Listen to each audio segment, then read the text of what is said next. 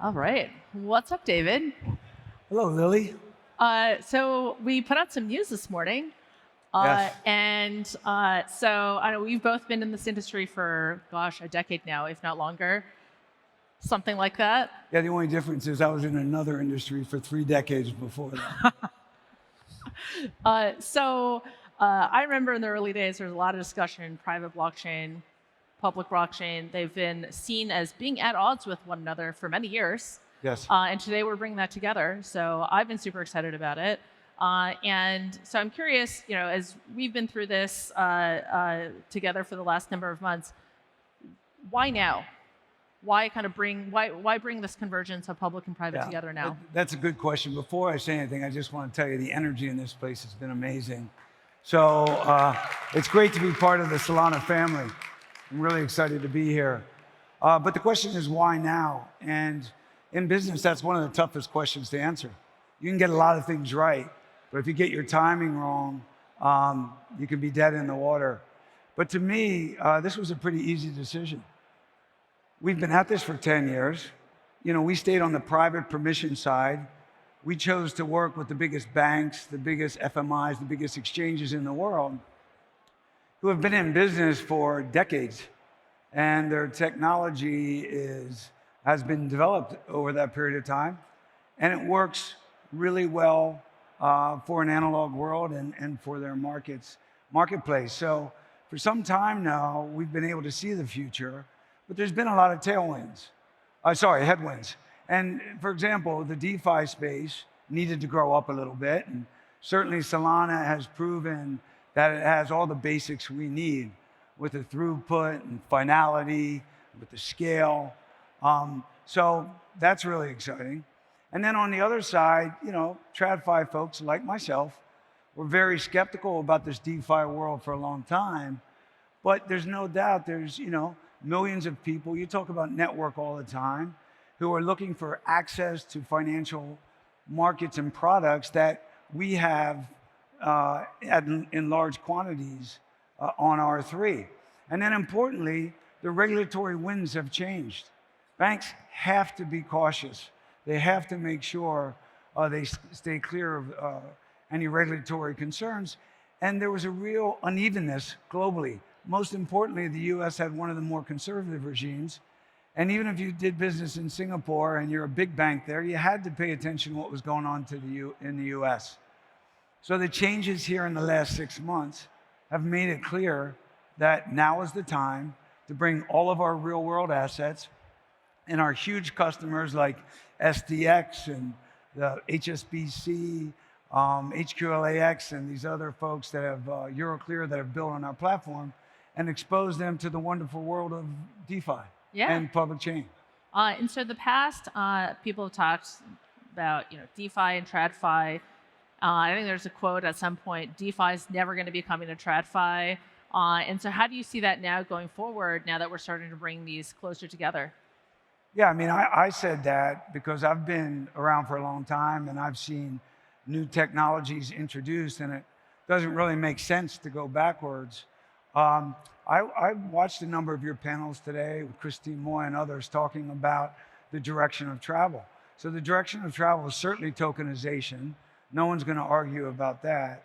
But once you tokenize assets, you really want to make them freely available. So we have challenges like AML and KYC, but we're addressing those. And I feel really confident about the direction of travel. But to think that the DeFi folks wake up in the morning or folks on public chain and think, hey, how can I get on that TradFi infrastructure with markets that close at 5 on a Friday and open on Monday? How can I get really some of that slow, expensive money to send over to Singapore and hope it gets there in 3 days? That's not the direction of travel. We all know which way we're going here. And so let's talk a little bit about how we're actually going to be architecting that and making that real. So R3, Corda Original Private Blockchain Implementation. So how are we actually going to be bringing that together, right? So we've got a lot of questions. Does that mean everyone's going to have to move off of Corda? What are the options for existing clients? So first off, we look at this partnership with Solana as much broader than bringing Corda and our 25 plus live networks onto your chain, because we believe we will be offering, or we know we'll be offering enterprise support for direct Solana deployment as well. We care deeply about our customers, and everything we do is in consultation with them. When we decided to go down this path over a year ago, we looked at almost all available layer ones, layer twos. We considered what would work for our customers, what would give them the greatest opportunity, and we consulted with them about this. So our Chief Technology Officer, Richard, has worked closely with your crowd, led by John, and he's writing a great blog. I recommend everyone read it. But we've come up with a way to take all of our 25 plus disparate networks that use a Corda notary and to natively implement that notary and the consensus mechanism onto Solana.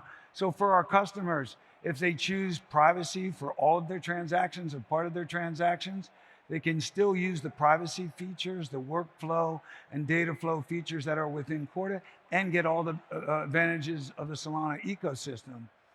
And over time, as they build more comfort with the public markets, they'll make more product available. And then for all of our new customers, it depends on what they're trying to solve and whether it's appropriate to build directly onto Solana or on Solana through our product Corda. So we'll see. Awesome.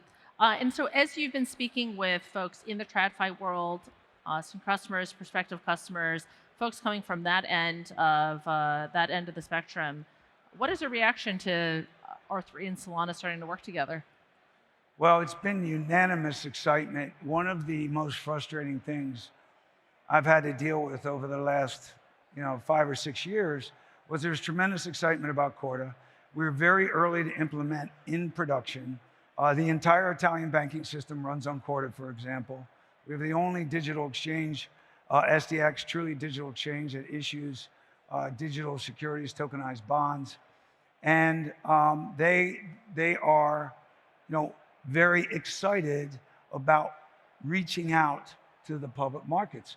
I don't think he would mind saying, I had a discussion with the World Bank, the folks that are responsible for issuing digital securities, and they're really keen to be able to issue into the public space because they have a lot of purpose-backed bonds.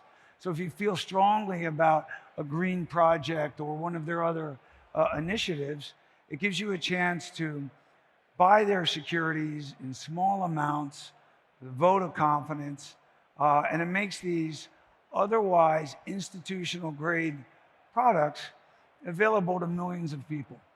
So right now, what you hold in your wallet is still fairly limited, and I know separately from us, you're looking at tokenized equities and a lot of other very exciting things. The future is going to be, I'm going to control my digital assets on my wallet, and that's going to contain everything from my housing title, driver's license, my tokenized bonds and gold, which we have 5 tokenized gold platforms already built on Corda and R3, and we're excited to bring them into the Solana ecosystem. And so what are the things that you think the public chain community still has to innovate on, do better, get right to appeal more to institutions? I think we've come a long way, but typically there's kind of been the institutional TradFi part of the industry, and then there's the moniker of the DeFi degens, and they kind of look at each other across the way, and there isn't a lot of kind of collaboration or a lot of mutual understanding. And I think I hear a lot of the times, well, public chains lacking privacy, lacking security, lacking all sorts of things, not institutionally ready, right? How much more do you think we actually have to do to really start to bridge the gap and just make it a continuous spectrum? Yeah, well, first off, I'm interested in your perspective on this too, because one of the reasons we're sitting here is not just the way the technology solution works for our customers and all the momentum you have, but you and your team are very aware of how TradFi works. So I made this comment earlier. When you're not constrained by history and the regulatory swim lanes that we have to stick in, you can do some really creative things. So when I look at what's been going on in the DeFi space with AI agents, things like perpetual futures that are very straightforward, that have developed, with some of the derivative products and staking and all, it's really exciting. I'm an ex-derivatives guy. A lot of this stuff applies to TradFi. But that's kind of like step two. Step one is we need real-time, 24/7 money. We need to be able to move collateral around the globe instantly. And yes, we have some applications that are in production that can do that now, like HQLAX, but they can only swap collateral for collateral because they don't have the cash arm. So step one, let's deal with real pain points in TradFi. Step two, open up TradFi's imagination to some of the really amazing stuff that the DeFi folks have built, and really start thinking about how that can move us forward. Now, as far as the DeFi guys, listen, you know, TradFi moves slowly for a few reasons.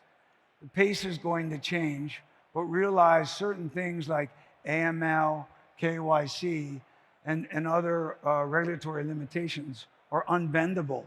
So don't fight them. Let's just come up with things like attested wallets and other things we can do. Thank you. Other things we can do to make those products available. Love to hear it. Love to hear it. My perspective has always been that the most powerful thing in financial markets is liquidity. Liquidity is king. And that is the one thing that a public chain that is accessible to all assets is kind of just starting point, not the ending point. That is the most powerful thing that we can bring to global financial markets. And that's kind of been my thesis from the beginning. And I think that is starting to, what we want Solana to be is to be that global financial infrastructure. And the permissioning should take place preferentially at the asset level and at the application level. Yes. And so you can still have unified liquidity, and then the permissioning, segregation, the filtering, the choices occur at the application, the token level, like we use the internet today. Most of the apps you use are heavily permissioned, and that still allows for the core infrastructure to be content neutral, and that's what we'd like Solana to be asset neutral at the base layer, and for all the things to be built on top of that in ways that are appropriate for the user base. Yeah, I want to make another point, though. I've heard you talk a lot, and you talk about the network. And you can give me the number because I don't know all the folks that are in the Solana network and part of the ecosystem here. And in TradFi, we have a tendency to look at the total market value, like 3.4 trillion, kind of fine, a little bit interesting. It's not a big number, but there's hundreds of thousands of active, young, creative, energetic people that want to have a variety of assets available to them. And that is what gets our TradFi guys interested. If you're running a big bank and you don't build a product that's going to appeal to the next generation, you're going to be left in the dust. Yeah. We also talk a lot about how crypto can add value to existing assets. So a classic example is most of us in this room can go buy $10,000 of Apple stock if we want to. But what none of us can do is go collateralize that Apple stock instantly and be able to borrow $2,000 against it, right? It's impossible.